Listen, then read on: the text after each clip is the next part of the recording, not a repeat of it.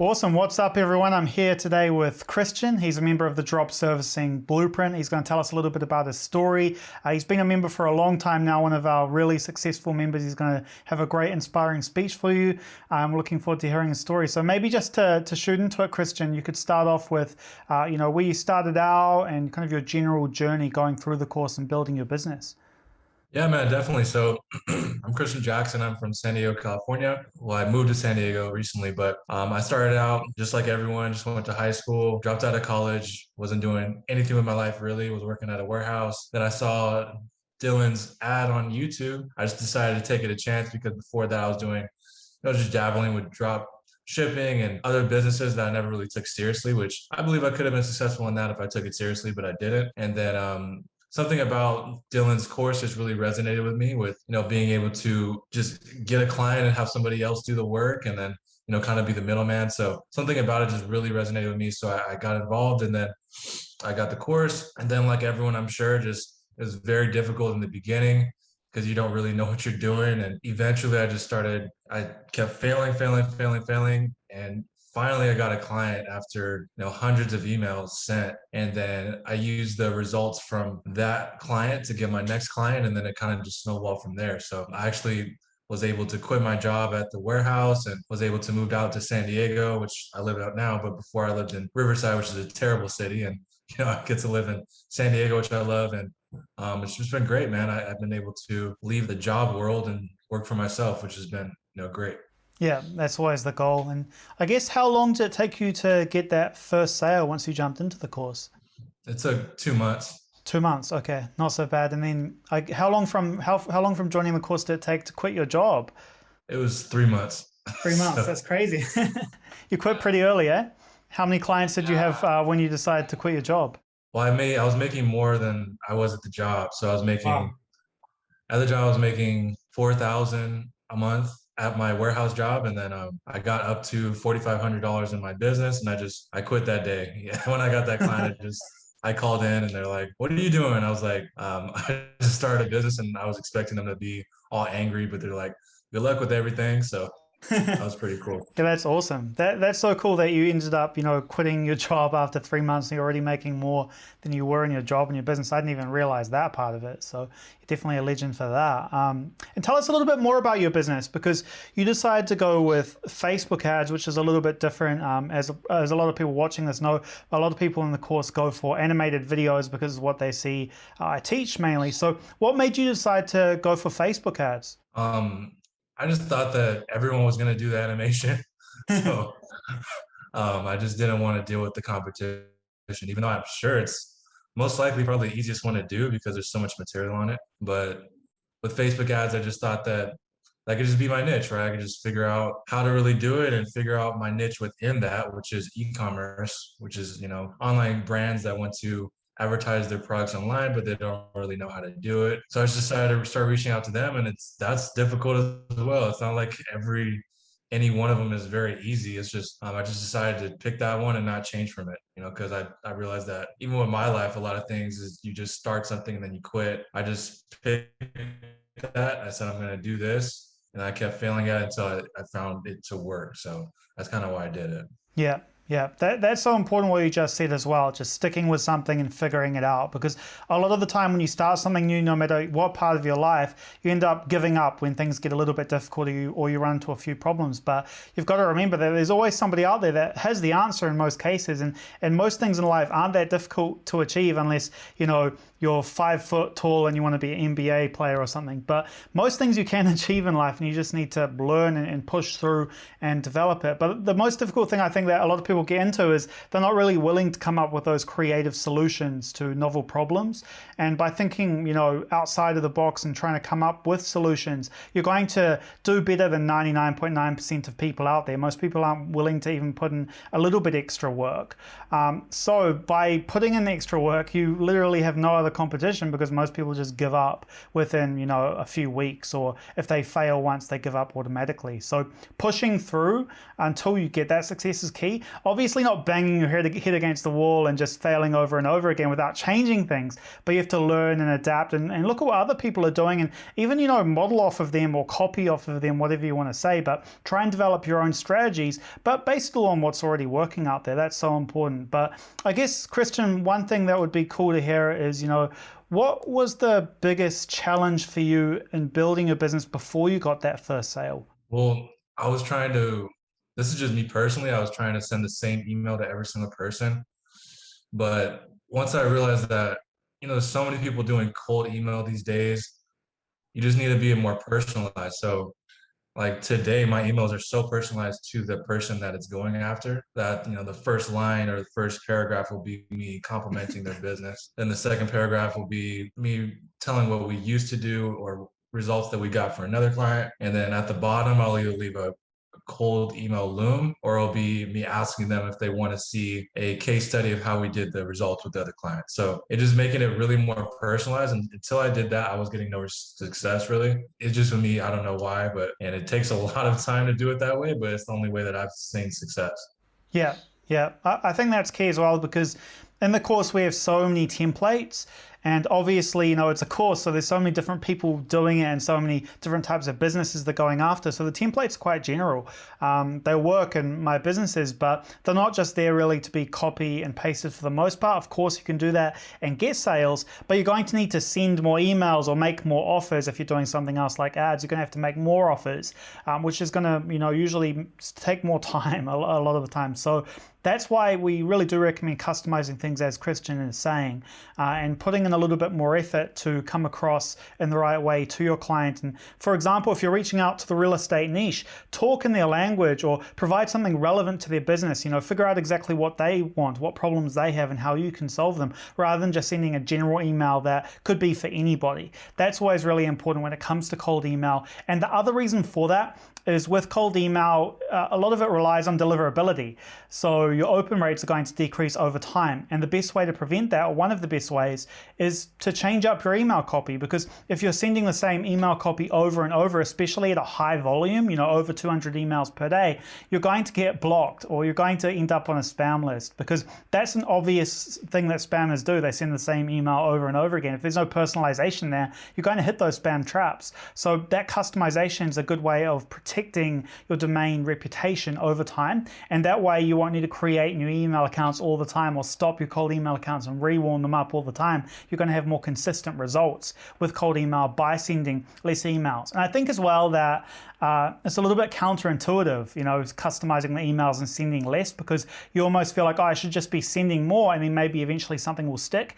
And that's true, obviously. The more you do something, the more likely it is going to work. But you have to stack those odds in your favor by optimizing for conversion. So you should be looking at, your open rates, your apply rates, what emails are bringing in the most leads. You should be looking at all of your leads and saying, okay, this email here, it gets a lot of replies, but most of them are not interested replies. This one here, it gets a little bit fewer replies, but most are leads and they want to buy right now. So that's data that you should have every single time you get a reply. Put it into a Google spreadsheet and come back later and just tally up, which ones are getting what types of responses. And that will allow you to optimize a lot faster when it comes to cold email specifically. So it sounds like, Christian, you focused a lot on cold emails. Is that still your main marketing channel? Yeah, that's the only way I've ever got clients is from cold email. Awesome. So that's one interesting thing as well is, when you start your business, you often will just try everything and then give up everything really quick. And I remember that's what I did in my business. My first business, I tried Google ads, I tried Facebook ads, I tried cold email, LinkedIn. I was kind of going, half stepping with all of it. But once I focused on one thing, that's when I got my first results. And then once you have that one thing working, you can automate it. So with cold email, for example, hiring virtual assistants and automating the lead generation process, still going in and writing the copy yourself, of course, but otherwise it's pretty much automated when it comes to the responding to the emails that come in and adding leads to the campaigns. Then you can move on to Facebook ads and so on and so forth. That's the best way to go about it. And that's another problem that I see a lot of people going through. But that's interesting, Christian. So cold email is working really well for you. What would you say, once you started getting those first sales, did you focus at all on automation in your business? No, it's something that I'm focusing on now. Just with Facebook ads, it's so they like the personal touch. I don't know if it's just the clients that I'm getting. They like to talk to me and they like to responses from me. So going in the future, I'm going to work on automation with ways that I handle it from the beginning so that they don't expect me to be there the whole time. That's something that I definitely want to focus on moving forward. But up to this point, it's been kind of just personal. And I have my ad guy that I hired, but for some reason, he doesn't like to talk to the client. So it's so annoying.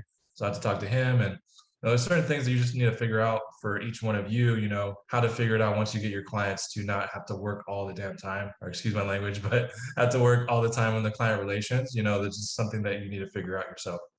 Yeah, yeah, that's true. I remember when I first started getting into the automation side, I hired a project manager and I just had them dealing with my email inbox. So they were basically talking with clients, but under my name and my email inbox, so the clients thought it was me. But later down the line, I gave them their own email inbox. And then from there, the next thing I automated, I think, was the lead generation. And then finally, the sales calls. Usually the sales calls, if you're decent at them, you may as well just keep doing them, because those are the things that's the thing that's usually going to be the most expensive to automate. But yeah, that's really interesting. So I think that's key too. Like, often you don't want to automate because you feel like the clients are not going to be happy with somebody else dealing with it. And I find that most people, even my friends that have been doing business for a very long time, they're afraid to automate a lot of things, because not just because you think that you're doing things better than everyone else that could possibly do it, but more because you're worried that the client is going to be unhappy and you're not going to know about it. You're not going to have control over it. So that's the scariest thing when your business starts working. But yeah, so it basically sounds like you became pretty successful after a few months. I didn't even know that you quit your job that fast, Christian. What would you say, what would you say you've done so far with your lifestyle that you couldn't do before by having your business? Well, working at my warehouse, it was all night, right? I worked from 4:30 p.m. Pacific time to 3 a.m. So it was like night shift and having to work all night and having to ask for a day off. But working for myself, living in San Diego, I get to do what I want. My girlfriend whenever I want, and of course I take a lot of time for my business. But if I don't want to, I can take a day off. Or like this weekend I just went to Santa Barbara. So Santa Barbara is a really nice place in California, and it's just cool. You get to do things that you want on your own time. Yeah. Yeah, obviously there's still a lot of work involved, but it's kind of like you get to choose the work that you're doing and you get to choose what you do with your time. And that's really that first stage that feels awesome. Like when you actually have your business running and bringing in cash and you kind of decide what you want to do with your day for the most part. And when you want to go and do something random, like go on a trip, I think that's really important. Yeah, that's cool. So I think the next thing would be if you could talk a little bit more about the course itself. Like what did you find what did you find most helpful in the course? Because it sounds like you got results pretty quickly. So what part of the course was so crucial in that? It's trying to find clients, right? That's what I got from the course, is just to find the person to do the work, and then how to find the clients. So the email deliverability part was very good about getting my email set up correctly with the DKIM and the SPF. And then the cold email, or the prospecting part, where it's just trying to find clients, we show the template and how to really do that. But once I found that, then I try to make my changes to go ahead and find the right way for me to find the clients with using the templates, then use it my own way. So it's really just the whole concept of finding clients and then having someone else do the work. But of course, I've still been doing a lot of work, but Yeah. it's just that part individual. Yeah, yeah. It's always like that as well. When you go through a course, there's going to be some things that you find more useful than others, even though there's a lot of information in the course. It might just take a few things here and there for you to start getting results. And then you can always come back later and check out other aspects like the automation modules and the email marketing and all of that sort of thing too. So that's really cool to hear. And I guess the next thing would be, what are your goals moving forward with your business? What's the next big thing for you? So right now I do Facebook advertising, right? I want to add TikTok advertising and Google advertising and eventually YouTube advertising, and then charge more for each one so I can get more profit per client, instead of charging 1,500 to 2,000 per client. I can get up to hopefully 4,000, 5,000 per client. And then I just want to get the qualified clients for those and then get as many clients as possible. So, the ultimate goal is to get 50 clients with all services attached. So that's the goal now, and also to automate more so I'm not so involved in my business like right now. Yeah, yeah. I think the best way of doing that is always going to be being efficient in your client generating process because, like you were saying before, customizing your offer and honing in on who your client is makes it a lot easier for you to find those few clients that are going to be worth a lot more to you in the long run. So once you get to that point where you're ready to deliver those services, it's going to be very easy for you to jump on a call with your clients and say, hey, Facebook ads are working well for you. Why don't we try YouTube ads now? It's crushing it for X, Y, and Z customer in your niche if you're doing all the same niche. So if you get one client who signs on to an additional service and they're in the same niche as your other clients, it's going to be really easy to get all of your other clients to jump on board too because you have that case study. So that case study is usually the most key thing. And the way to get there is just to talk to as many freelancers as possible so you can get as many case studies from as many freelancers as possible as well. So not just generating case studies from your own business, but also utilizing your network of freelancers to provide those case studies for your additional services. But it all comes down to the client relationship, building that client relationship as you've been doing, interacting personally with your clients, which is really key, Christian.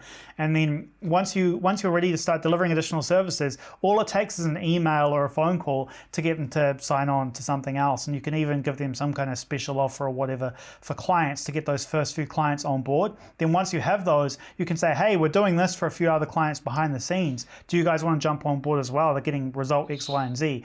It becomes extremely easy. And there's none of that resistance as well to when you're signing up a new client. They don't really trust you fully. They don't know what it's like working with you. Those clients that you have know, like, and trust you already. So they're good to go for any additional services you have. And that's one of the top ways to really boost your revenue quickly. So I think that's going to be the next thing for you because I think you already have a pretty good system for generating clients. It's just about maximizing that client value moving forward and even maybe expanding your volume of clients that you reach out to through a little bit of automation in your processes. I think that's something we can talk a little bit about. And I think I'm really excited about your business because it's growing pretty fast considering that, you're still relatively new in this. You're still learning a lot. And I think that you're going to build this pretty big from what I'm seeing so far. So excited to see that. Yeah, man, appreciate it. Appreciate you making the course as well. And I hope that people take this inspiration from this story and kind of just apply it to themselves and not quit, right? It's very hard in the beginning. And I know that, it's so easy to just quit and do something else. But if you just stick with something long enough and you learn from your mistakes, then you could really make it work. Yeah, that's so true. Awesome. So if anyone has any additional questions, you can comment those below. Thanks so much for doing this call with me, Christian. I'm glad I got you here. I know you're a busy man.